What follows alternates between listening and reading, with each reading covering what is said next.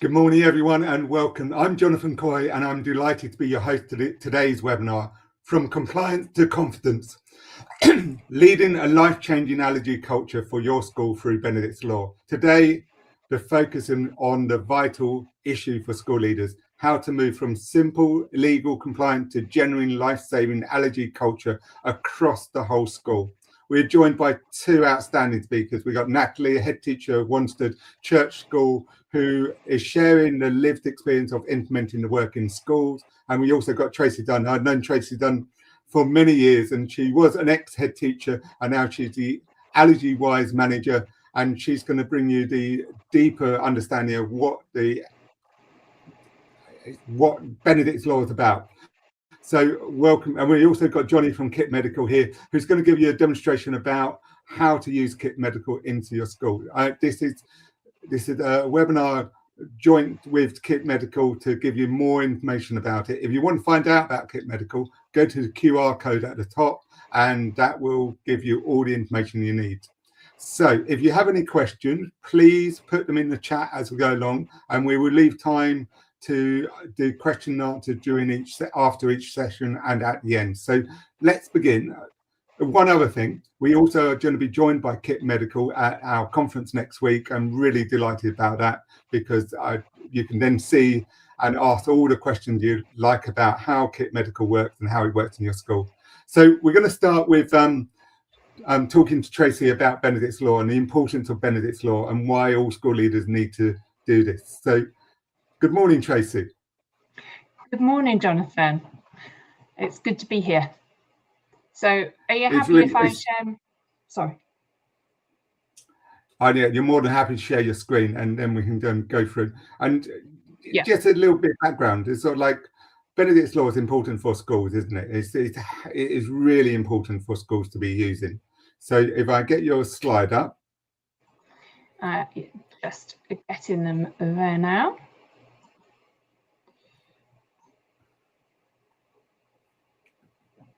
They will do that again. They work. Oh, it's just a bit slow. There we go. Yep. Yeah. Okay. So I think it's really important, Jonathan, just to have a little bit of context about the situation in schools across England at the moment. And the stats that I'm sharing have actually come from the Benedict Blythe Foundation's REACT report, which is based off of 2 Freedom of Information requests in 23 and 24. And these stats do match with the stats that have been collected through research as well, particularly the 1 to 2% of children in every average classroom will have a food allergy. We're running at about 8% of children in England who have a food allergy. We've got that makes that 680,000 children in schools who have allergies of one or more. So that might be a food and an environmental, or it might just be multiple food allergies. And then that's a lot of days missing, isn't it? 500,000 days of education missed through allergy each year. And considering the government agenda in order to get children back into schools, we need to be thinking about how allergy impacts on that. I know this slide is a little bit harder to see, but I'm pulling out for you that only 50% of schools currently have spare adrenaline auto-injectors. There is a 70 to 80% chance that children are going to a school where the school doesn't train on what food allergy is, and a 1 in 4 chance of attending a school that doesn't train in recognising allergy, anaphylaxis, or what to do in an emergency. And this gives us the context for the legislation and why Helen and Peter Blythe actually then started campaigning after Benedict's death for change in schools. And just to ensure that everybody on the webinar understands that Benedict's law has come about because of preventable actions that would have led to Benedict still being alive today. On the morning of the 1st of December, he opened his advent calendar and went into school, a happy 5-year-old. He has a number of allergies, including milk. And on that morning, his milk was prepared in the usual way, but somewhere along the line, a mistake happened and he had exposure to cow's milk. The symptoms of allergy and anaphylaxis were not recognised. They thought he was just feeling sick and poorly. And despite the mounting evidence that this was an allergic reaction, he'd vomited, he'd got a rash, he was coughing, all symptoms of anaphylaxis. The school phoned for parents to come and collect him, but when Dad arrived, Benedict was so poorly that he needed to have CPR, and it was Dad that was undertaking the CPR, followed by the paramedics, and he was dead by the admittance to hospital. Training would have stopped that. Knowing the signs and symptoms of allergy and anaphylaxis would have meant that staff were confident in reacting appropriately and quickly, because time is of the essence with anaphylaxis. Adrenaline needs to be given early while it can still be effective, because the longer it goes on, it becomes too late to administer it and the fatality can be happening. So the things that we need to have in place in schools, and that the Benedict Blythe Foundation have campaigned for, and which has now come into being, are these elements that we can see on the screen. So a whole school allergy policy, and there's going to be a template provided by the Department for Education when the new guidance is launched. Schools don't need to go look anywhere else for it. It will be fully compliant. Every single member of staff needs training, because you cannot guarantee who is going to find that anaphylaxis. So that is training for your caretaker, your office staff, your dinner ladies, your minibus driver. It's not just the teachers and teaching assistants. Every school needs to have the spare adrenaline auto-injectors. Now, these aren't a second set that are held by the child, that's prescribed to the child. These are a set of adrenaline auto-injectors, like you will find in Kitt Medical's package, that can be used on any child experiencing anaphylaxis, whether they have a known allergy or an unknown allergy. And so they are truly life-saving medication. Every child who has an IgE food allergy will need to have an allergy action plan, which is prescribed by the medical profession.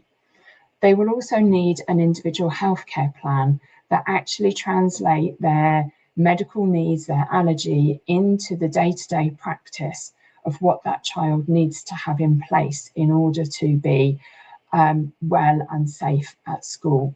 And individual healthcare plans are co-created between school and parents. And then there has to be improved communication and record keeping. We need to be really clear about allergy throughout school. We need to know which children have got allergies and what protections they need. And then we need to be reporting and recording near misses and instances. And we need to be saying to ourselves, well, why did that happen? And how can we ensure that doesn't happen again? And that's really, really important. And these things are in law. They are embedded within the updated guidance, which is out for consultation still, closes on the 1st of May. But that Benedict's law is the starting point.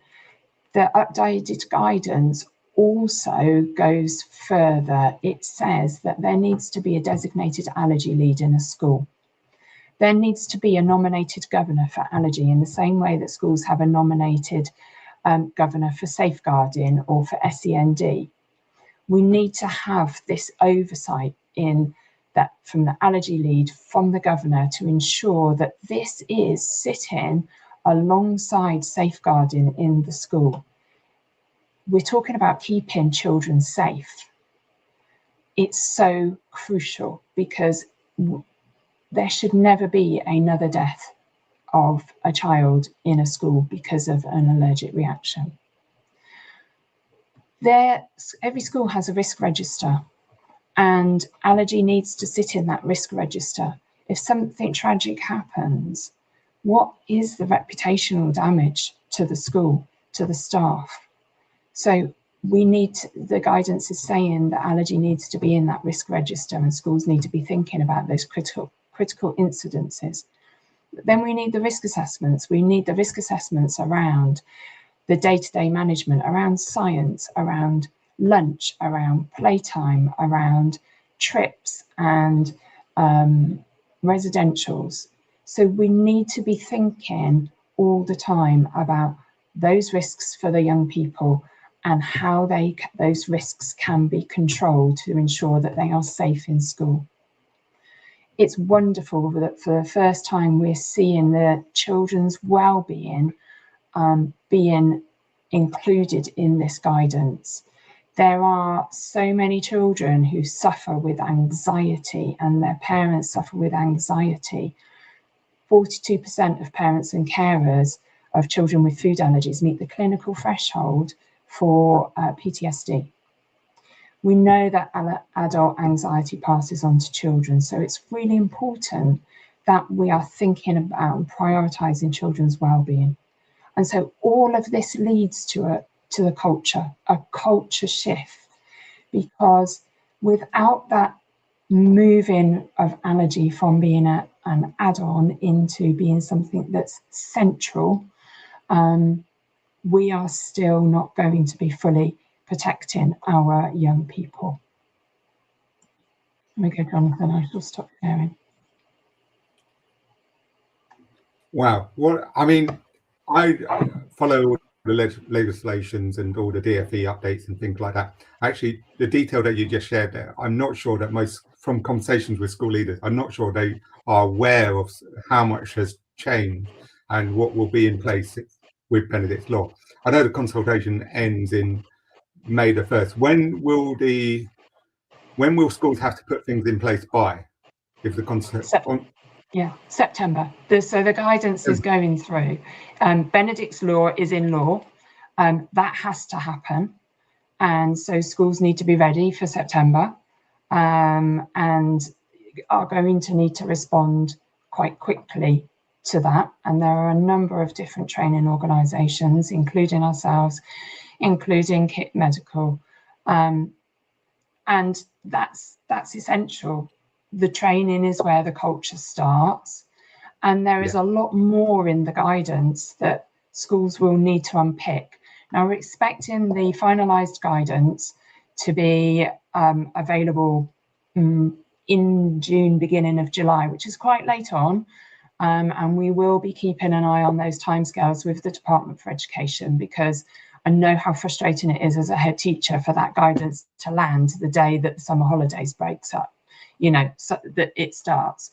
So we want schools to have as much time as they possibly can do, but we can prepare for Benedict's law because we know that is definitely not changing in the guidance. Brilliant. And that's actually think so. You can help schools with the support coming out to it. I know Kitt Medical has got loads of webinars and things. The one thing I like about what Kitt Medical do is the webinars that they use, the training and the support that they do to help schools. And I mean, all the way through, I've been a big fan of Kitt Medical for a couple of years. And yeah, if I was in school, I'd definitely be having them. There is one question. Previously, schools were told to be nut-free This is very difficult to manage when so many products now state may contain nuts.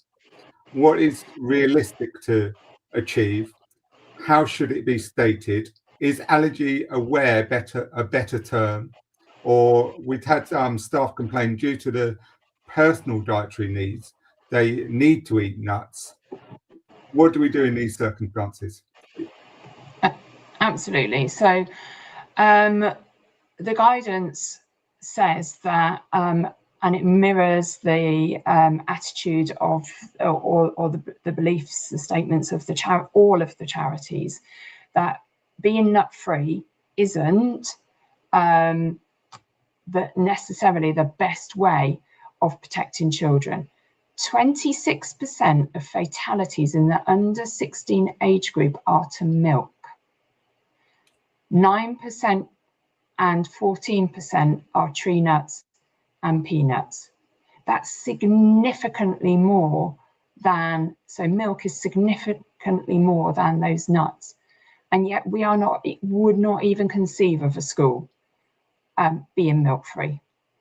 So the children who have allergies outside of the nuts are facing their allergies all around them every single day in school. Where are the protections for those children? Well, those protections come from being allergy aware. And it's about the culture. The culture of school is what protects every single child. And schools don't need to be nut free. It just became a thing.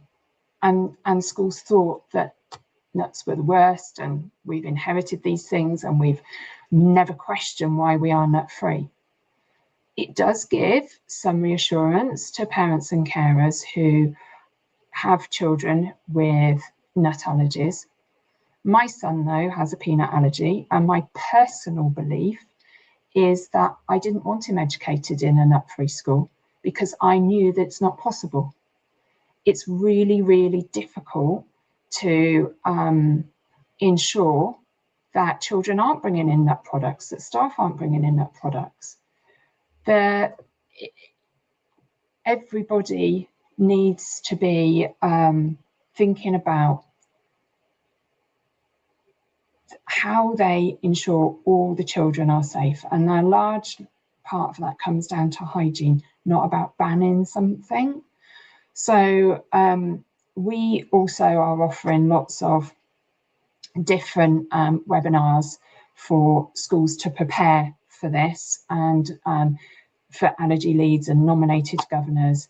And we do have a piece on our website about nut-free schools, which I'm happy to send the link in to you to distribute, which is an interview with one of the consultants and a previous CEO that actually talks about this nut-free debate. So if a school is already nut-free, I'm not saying chuck it out of the window, but we need to start thinking about exactly what does that mean and how are we going to protect the rest of the children. And we're really happy for schools to engage in conversation with us, because we can support that move away if that's what they want to do. Thank you. Yeah, and the next one is sort of like probably a great one to link on to Natalie, is that there seems to be a lot to be in place between now and September. I'm hoping that we can reassure people that there needs something to be in place, and we can do that. But actually, this is why we're here, to support school leaders to put those things in place and not be adding too much to the workload, but actually making sure that it's all simple for them to update and actually put in place.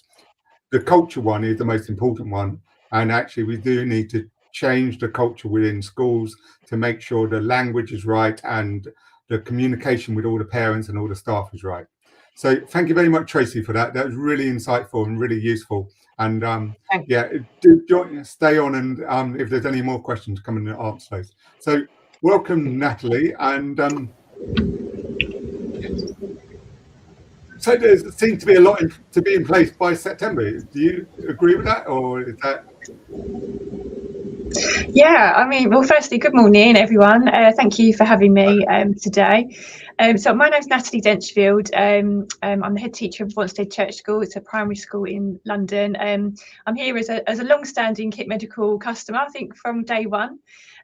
So just to give you that context, but yeah, absolutely. I mean, I've sat here writing a couple of extra notes, Tracey, even though you know, we've been kind of on this allergy journey for a little while, because it does feel like there's a lot to get ready for September, and hearing the story again of Benedict can feel it's really frightening, and I'm sure I'm not the only person that sat here a little bit feeling sick, really, to be realistic. So hopefully what I can bring to the table for everyone today is just a little bit of kind of our journey and how we've made it manageable, because it is manageable, because people go through life with allergies, and you know, and that it's about living with what's there and not trying to control everything. We all know as head teachers, we had this conversation earlier, you never know what's going to happen any day of the week, whether that's allergies, safeguard, anything. So the most important thing is actually exactly what Tracey said, which is the culture and the systems. For me, I mean, my allergy journey actually hasn't been as a head teacher. It's been on a family level, which is that my two of my three nephews have severe allergies. One grew out of them, but that wasn't until after he'd experienced anaphylaxis as a small baby. Fortunately, he has now grown out of them. And the other, my other nephew, he still lives with very severe allergies, airborne allergies, and so on. And his poor primary school teacher, she's continually having kittens, worried about what he is or isn't going to touch during the day, and that's a lived reality. And there's the allergies are on such an increase, aren't they? There's so many children joining school every year with allergies. I think for me, what's made it feel manageable is to incorporate your allergy approach within your existing systems. So for us, it is part of safeguarding. I was trying to think of it like, so if a school is effective at safeguarding, it doesn't mean that there are no safeguarding things happening for children. It's the complete opposite. What it means is that the school is ready to notice things quickly and do what's needed. And if you apply that same logic with regards to allergy awareness, what you're essentially saying is that your staff will know exactly what to do quickly and do it. Headship, being a head teacher, you can't control everything. You have to be able to rely on everybody to know what they need to do. So I think the question to kind of be asking yourself right now is, would every single person in the building today, adult-wise, would they know what to do? Would I know what to do? Like, would I be confident? And if the answer is no, that's where obviously that is perhaps one of the first things on your checklist today of looking at training for staff. It does start with policy. We're expected to have a separate allergy policy, but I think it's always just remembering, the same as with all our school policies, it's only worth the paper it's written on until people actually understand it. So it's making sure that it's communicated in the same, again, keep it under the safeguarding umbrella. What we tend to do is week to week, it's within the safeguarding element of our weekly training. Let's just remind ourselves about allergies. What would we be looking for if a child's experienced anaphylaxis? It's those touch points that just keep it at the front of the agenda. It's making sure, and I love the fact you said minibus driver, Tracey, because there's always somebody, isn't there, that you haven't thought of. For us, actually, and this is quite a crazy one, is actually the kitchen, because we have an external catering company. So they're not my staff, and they have their own policies. So that's one, again, it's one of the most important ones, isn't it? Because like exactly what you said around hygiene, cross-contamination and so on. So do take that minute to really think about everybody that needs to know what they need to know, because it's a lot of people, isn't it? Again, it's about keeping it within the existing systems. So another really simple kind of so simple, like diminishes what it's about. That's not what I intended. But in terms of kind of looking at incidents and reviews and so on, we have literally just incorporated that within our existing kind of health and safety and behaviour and safeguard, all those kind of things within that. So in the same way, if a child had an injury, for example, we would complete some kind of incident review or a near miss. We use exactly the same form when we talk about allergy incidents or near misses. Unfortunately, touch wood, we haven't had to do that just yet, but I haven't created a whole new system for that. I'm utilising what we already have in place. So I think while it's a really important kind of new element in many ways, I think there's a lot that can be incorporated into your existing practices. In terms of the children, I think don't ever underestimate children as the messengers. I regularly have children come up to me and actually say, can you check the ingredients please for me on this that I'm about to eat, because they hear us talking about allergy awareness. So they're also the ones that go home and say, Mrs. Denchfield says we can't have peanut butter in our sandwiches, that type of thing, isn't it? So it's just reminding everybody really that the children are a really important messenger system, aren't they, for things like that, and they hold each other to account. Are you supposed to be eating that? I don't think we're allowed that type of thing. Newsletters, those types of things, just again your regular systems are already in place. Just dropping a little note in there, don't forget we've got our allergy policy available here, or don't forget to speak to so and so in the office if you're worried about your child's I don't know, if they've got an intolerance that you're exploring, something like that. So those small touch points, it just becomes part of the day-to-day culture. I mean, when you're talking about culture, I always think it comes down to who do we say we are. So we say we're an allergy aware school.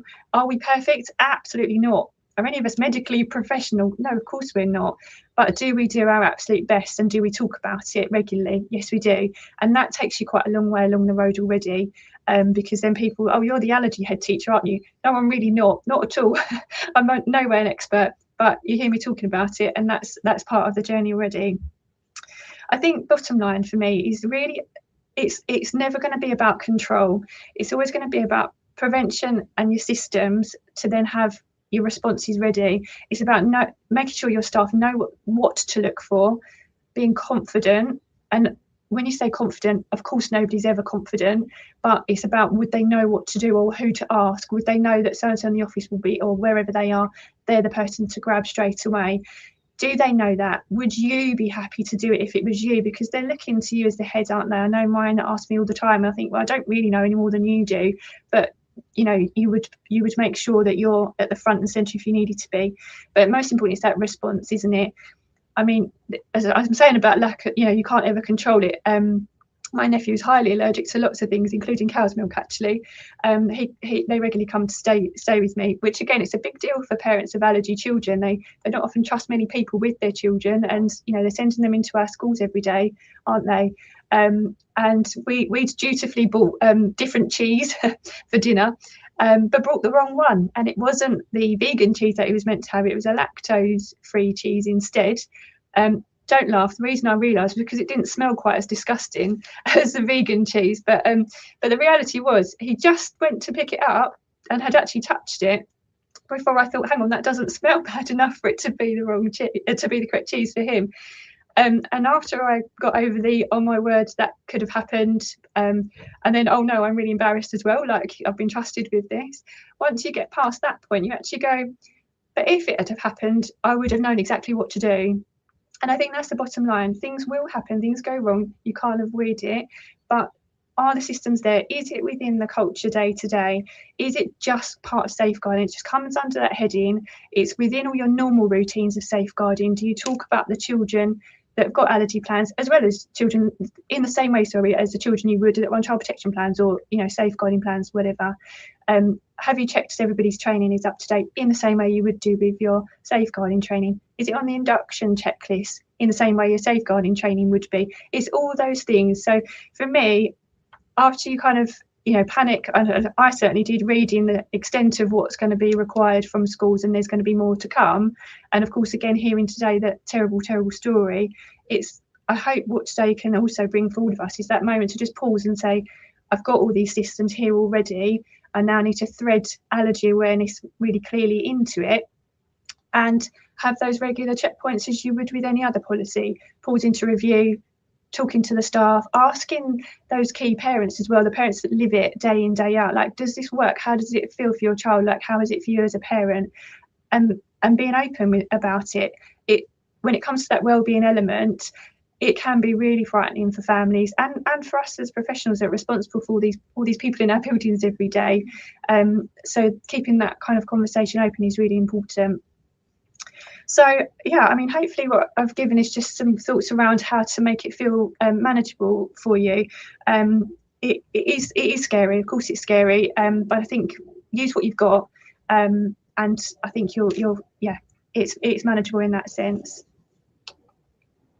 Oh, thank you, Natalie. We'd had one question, and it was, in some ways, it was the bit I also picked up on, is because I always used to do a briefing every morning.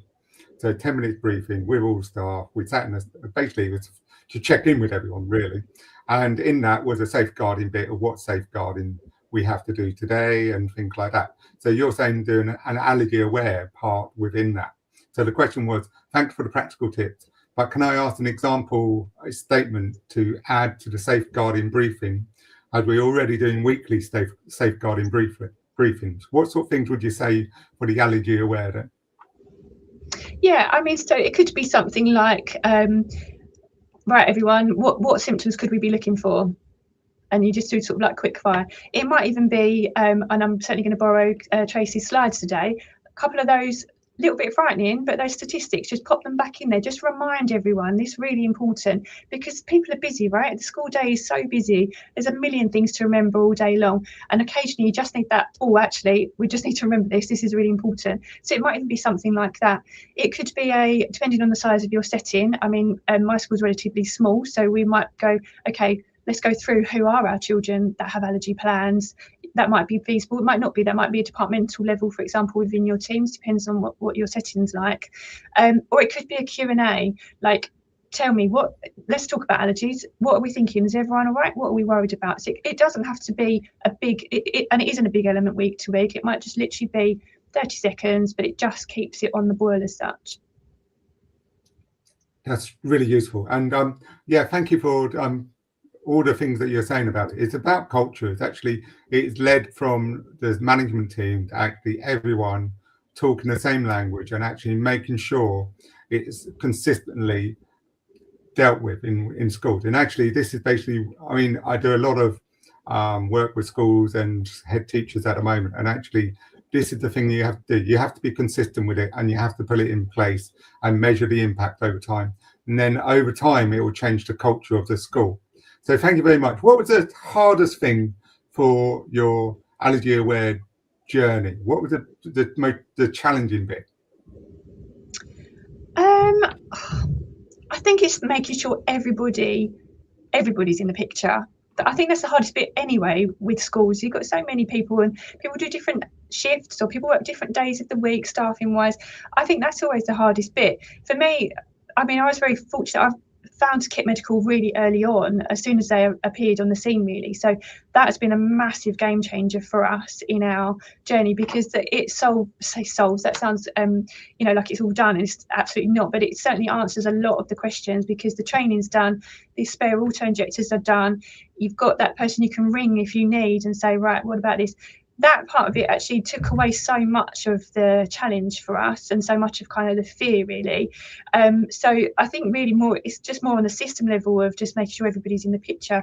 But no, I can't credit Kitt Medical enough, because I can't believe nobody thought it sooner. It's such a straightforward and simple solution that really does give confidence, because things will happen and you can't stop that. You can do everything you can, and it's knowing that worst case scenario, you've got that box on the wall and the training that everybody's completed, and it keeps reminding you till you've done it, which is brilliant as well, because you know what it's like. You get busy and people, you know, you don't get to it that day, but it doesn't let you forget. So yeah, that'd be my thoughts on that one. And that's a good way to lead on to talking to Johnny. And thank you very much, Natalie. That was really useful. And actually what our community love is actually hearing it firsthand from a head teacher in a school, actually having all the experience, and actually it can be done, and it can be done well. So well done for everything you've done. It sounds like a lovely environment, a lovely culture you have created there. I'd love to come and visit one day. You'd be very welcome. Thank you for having me. You're very welcome.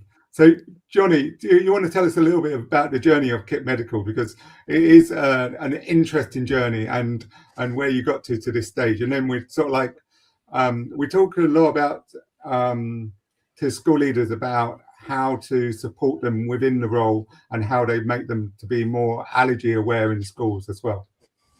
Yeah, absolutely. Thank you for having me as well. And thank you to Natalie and Tracey, I guess, for setting the scene. I'm sensing a few kind of recurring themes in terms of like training, awareness, etc. But I'll just set the scene and put this all into context for what this webinar is all about. Kitt Medical was kind of created off the back of lived experience of one of our co-founders and my best friend Zach, who's had severe allergies since the age of about 4 or 5.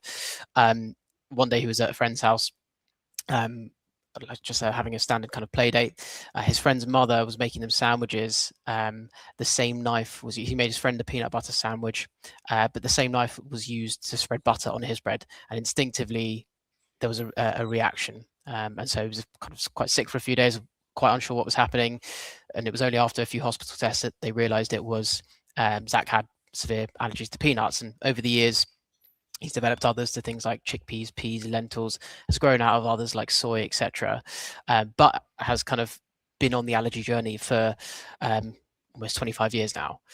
And then it kind of really actually started properly at university when, I guess, final year of university, Zach was basically tasked with making something. He's a product designer by trade, so hence why kind of he designed the kit, but also something that was relevant to him in terms and could be used for societal benefit.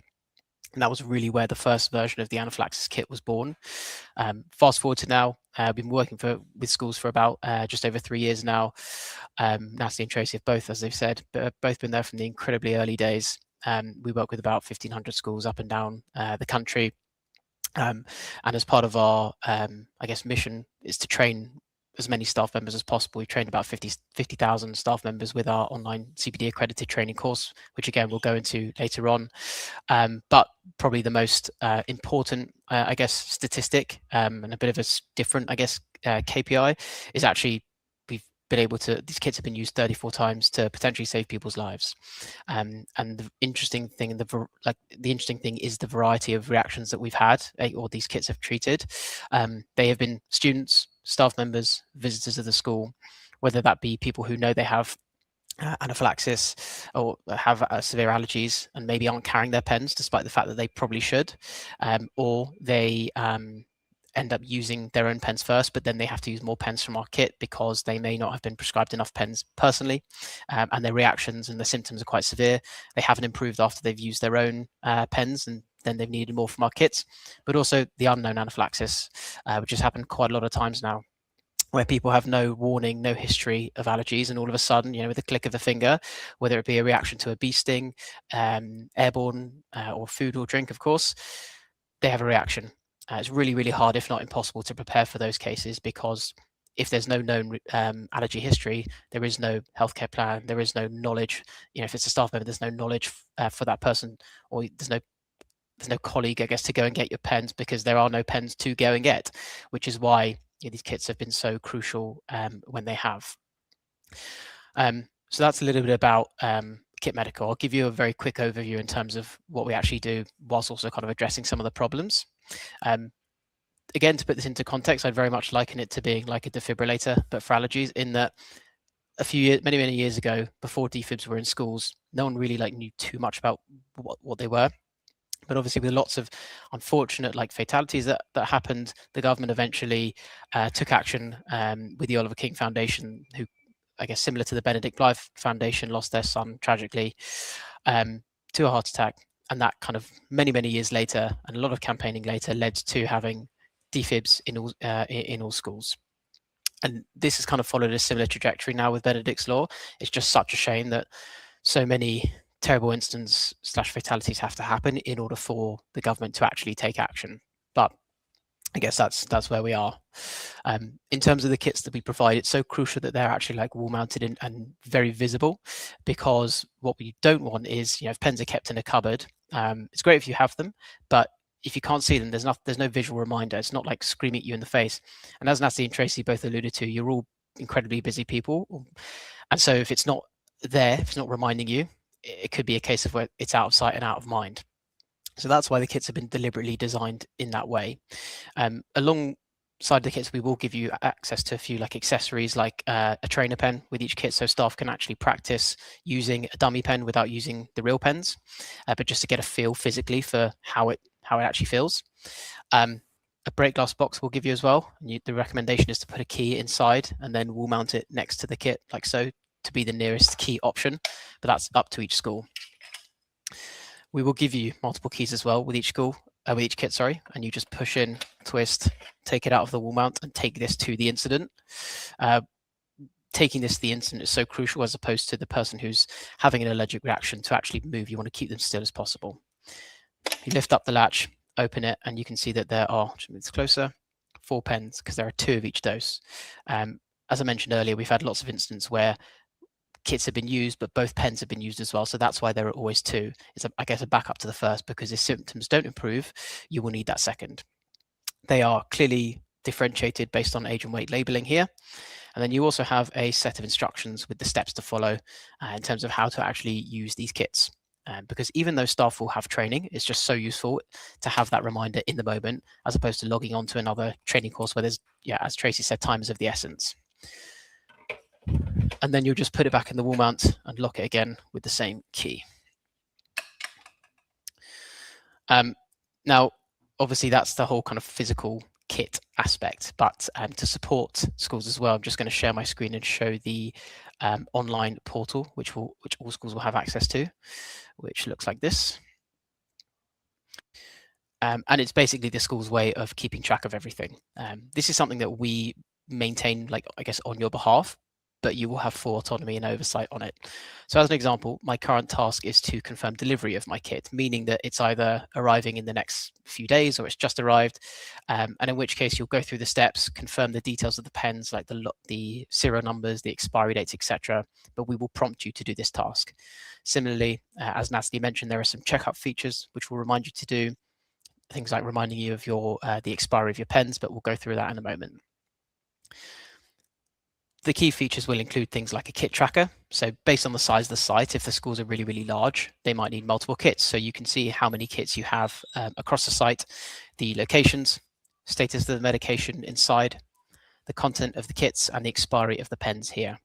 So you'll always know when they expire, but it's our job, and what we do is replace those pens on your behalf without you having to let us know just before they expire.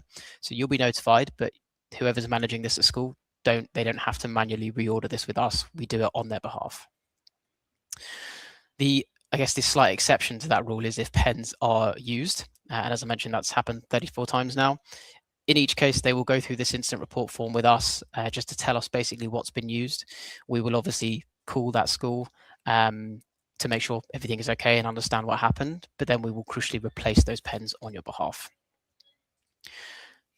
And then lastly, as both Natalie and Tracey know, we have an online CPD accredited training course as well, because so much of this comes down to awareness and training. We actually take a pre versus post training score to measure how things like how confident people feel to manage like anaphylaxis situations.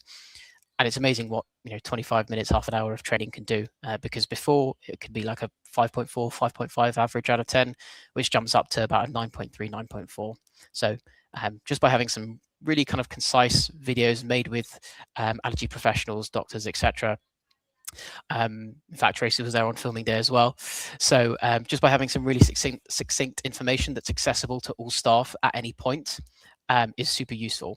And from an admin perspective, you have really like a really clear audit trail here to actually track, what staff members have you invited to complete it, have they completed it at all, because the date will come up here. So it's good to kind of keep people accountable.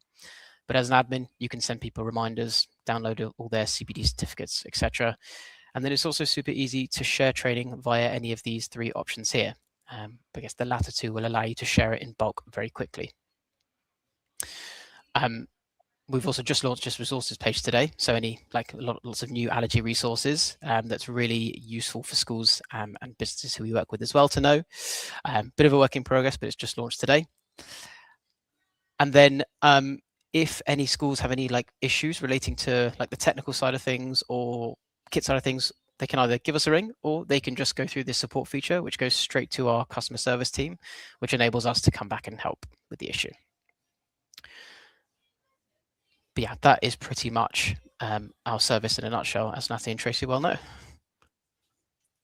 Oh, that's brilliant, and actually it answers all the things that we're talking about today. So we had one question from Emily. Our spare auto injectors are currently in boxes that can carry safely on school trips. Do Kitt Medical offer anything alongside this box? We don't at the moment have like a portable, I guess, kit option, just because they, as you can see, they're quite big, and it would be quite a bulky piece of kit to take away on a school trip.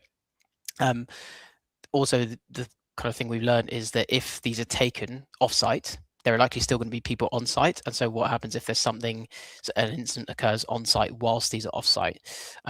Unfortunately as well, I'm not saying this is the case now, but we've had people who have misplaced the pens when they've taken them off site. So that's why we tend to recommend keeping them there, but we don't currently have, I guess, offer a portable kit service yet. Sounds like something for the future. As I was saying earlier, what I love about Kitt Medical is the support you got, and that platform is really, really good. And actually, what we find with school leaders is actually they haven't really got much of a capacity in the school to actually put anything more in, and actually you've taken a lot of that strain off them. And sort of like you put it all in one place, you put all the training in that one place. They can go and access it. They can do all the logging of their instances and things like that. And it's very simple, not over complex.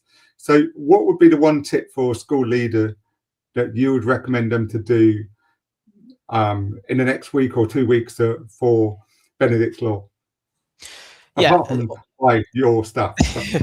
Well, as I was touching on earlier, there are a number of kind of themes that have like picked up throughout this webinar, which is definitely training and awareness. And on the training side of things, obviously now all staff will need to be trained, and that can be an incredibly expensive and time-consuming exercise, because I know that there might be individualized training. There will likely be some staff who are pediatric first aid trained.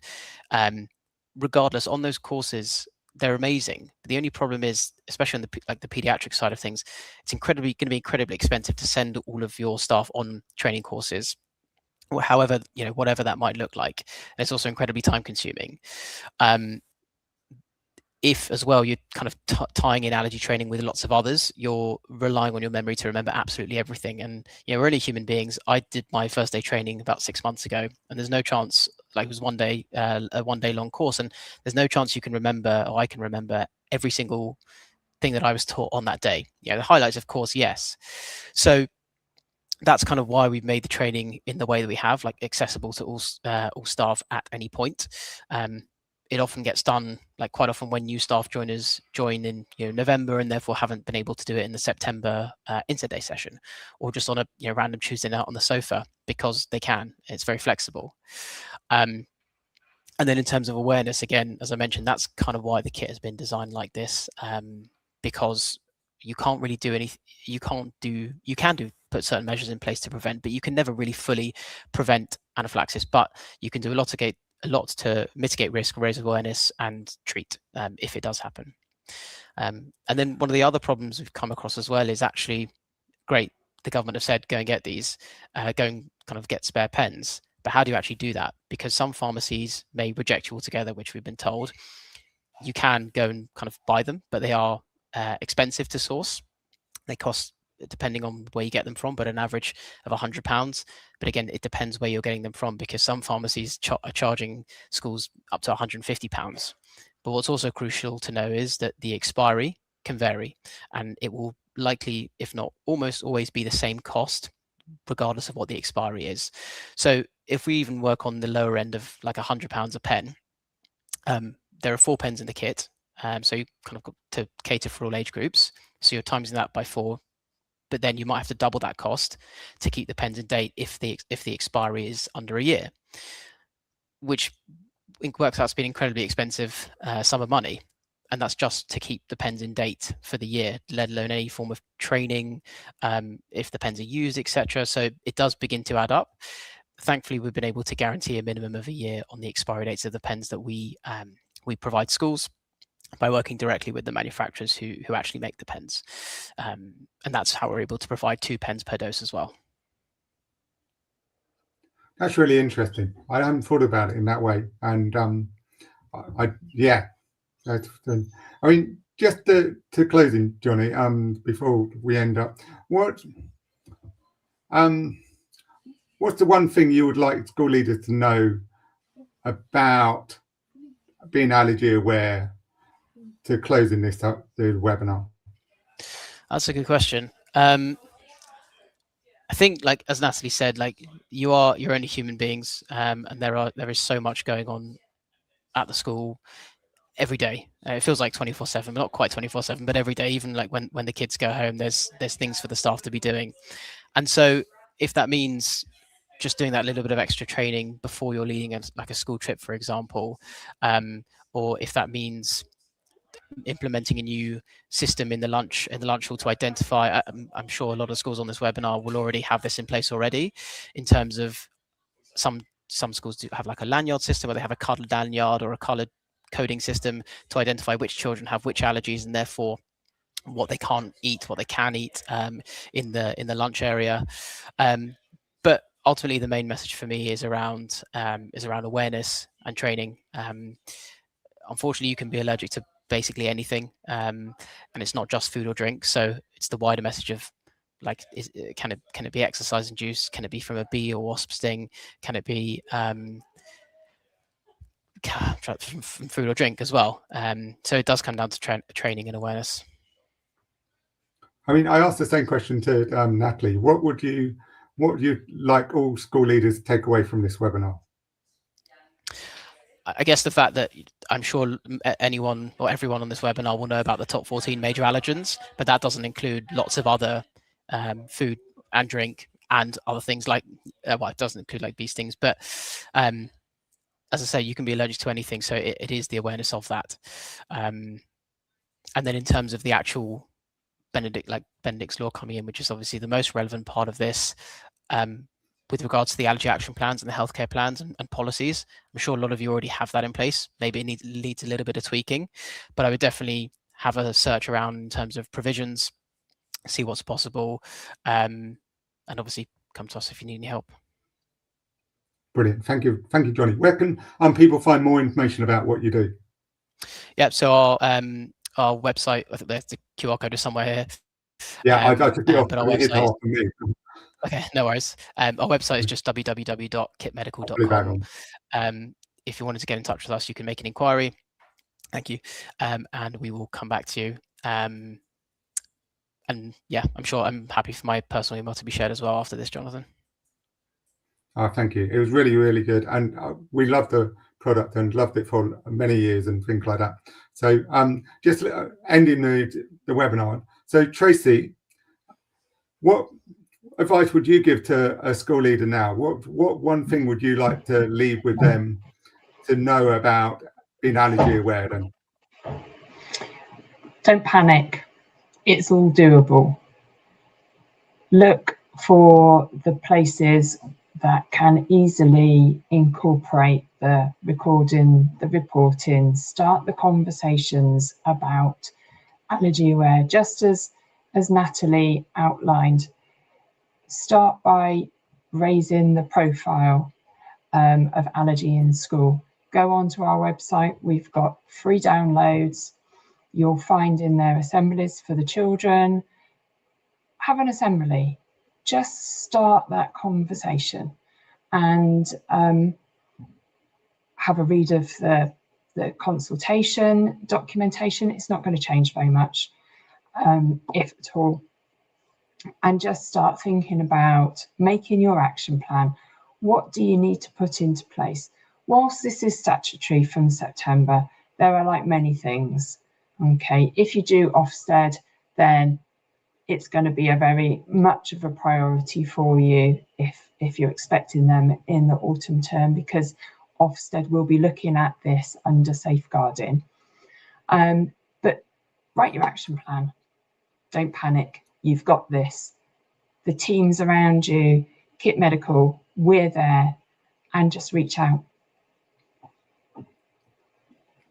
Very good point. And actually the link to Ofsted, I've read through a lot of reports recently. There is a link to this. So, and actually it's what you do about the information you have, how you actually prevent it, and how you keep children safe, basically. So it's a very good point on that, Tracey. Natalie, one advice would you give to a school leader, a new school leader now who's wanting to make their school more allergy aware?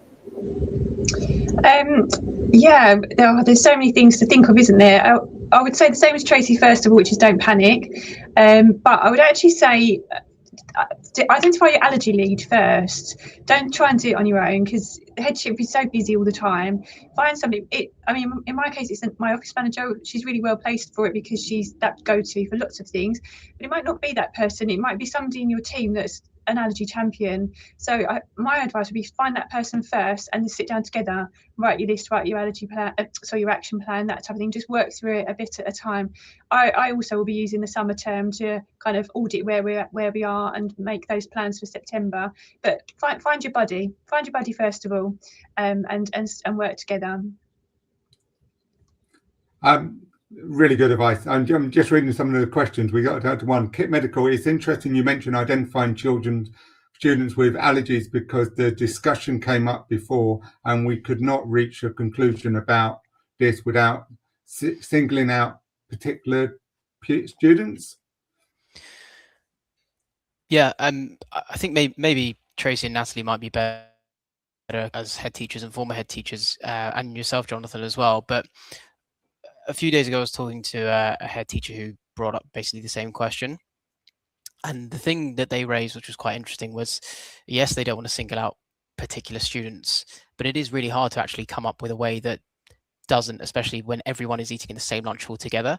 And children are amazing in some ways. They notice everything, and they do notice maybe like a different coloured tray or different coloured lanyard. But the question for them that they weighed up was, am I putting that child at risk if I don't come up with a system or a different system? And how can that message be clearly communicated between myself, between the child, between the staff members, and between the kitchen staff in particular? So the conclusion for them was to have these kind of color-coded trays, I think it was in this case. But I hear you, it is very very difficult. I don't know if yourself, Jonathan, or Natalie or Tracey have experienced anything different. Has Tracey or Natalie experienced, and then I'd chip in? I would say it actually starts with educating all of the children, because when all of the children know about allergies and they understand the seriousness of it, it just becomes normal. We sometimes as adults, we put our concerns onto the children and make something that they're not actually bothered about. Personally, not a big fan of the lanyards, especially if it is just for allergy, because it does single people out. They get in the way, they drop in things. But I've seen very effectively the trays used for all dietary requirements. I have seen different coloured plates and bowls used very effectively. It's really important that the kitchen staff know, everybody who's working in the dining hall know who has an allergy. And it's also, some schools very effectively just say, okay, well, if you have an allergy, you need to get your food from here. And you will be served by this person who is your allergy champion in the hall. And that whatever system that you put in place, you've got the checks, and the new guidance does say that there should be 2 different ways of identifying the children at lunchtime in order to ensure that they are getting the right food. But there are so many different ways of being able to do it, and it is about their safety. But the other children and students will just accept it if they understand about allergy too. I think that's a good point. Have you got any advice, Natalie? Similar really to Tracey. I think it's for an individual school or setting or a group of schools to identify systems that work for them. I would steer away from kind of singling children out on a wellbeing basis, but definitely educating the children. That's such an important element, because in the same way that children they learn compassion from one another on different needs, for example, where they might say, oh, so and so in our class they find such and such difficult, for example, they might help each other out in that sense. It's exactly the same. Oh, I know my friend can't have such and such for lunch, for example. I think definitely educating the children, finding a system that works for you. It might just be photographs on, you know, discreetly on the wall in the kitchen, for example. But I wouldn't single them out in this in that sense. But that's my personal opinion. I think whatever works in your setting and in consultation with the children and their families. It's, yeah, you've got to have a system that works, but keeping the children's well-being first and foremost.